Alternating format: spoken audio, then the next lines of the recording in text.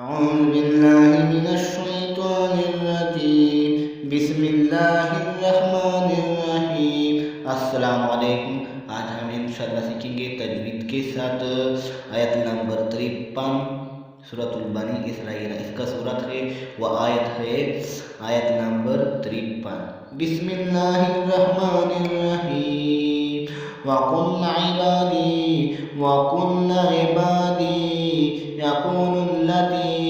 وقل عبادي يقول التي هي أحسن إن الشيطان ينزغ بينه إن الشيطان كان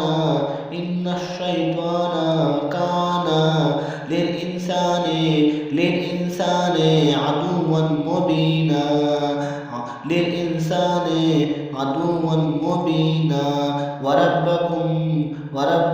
أعلم بكم إن يشاء يرحمكم أو إن يشاء يعذبكم ما أرسلناك عليهم وكيلا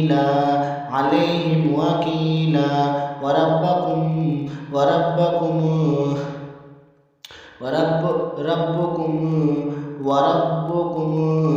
أعلم بمن في السماوات والأرض بما في السماوات بمن في السماوات والأرض ولقد فضلنا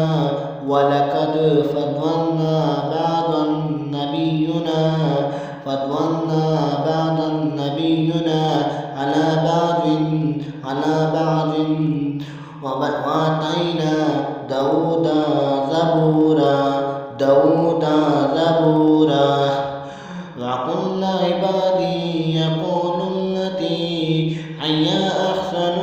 إن الشيطان ينزع بينه إن الشيطان كان للإنسان عدوا مبينا وربكم أعلم بكم إن يشاء يرحمكم وأو إن يشاء يعذبكم ما أرسلناك عليهم وكيلا وربكم أعلم بما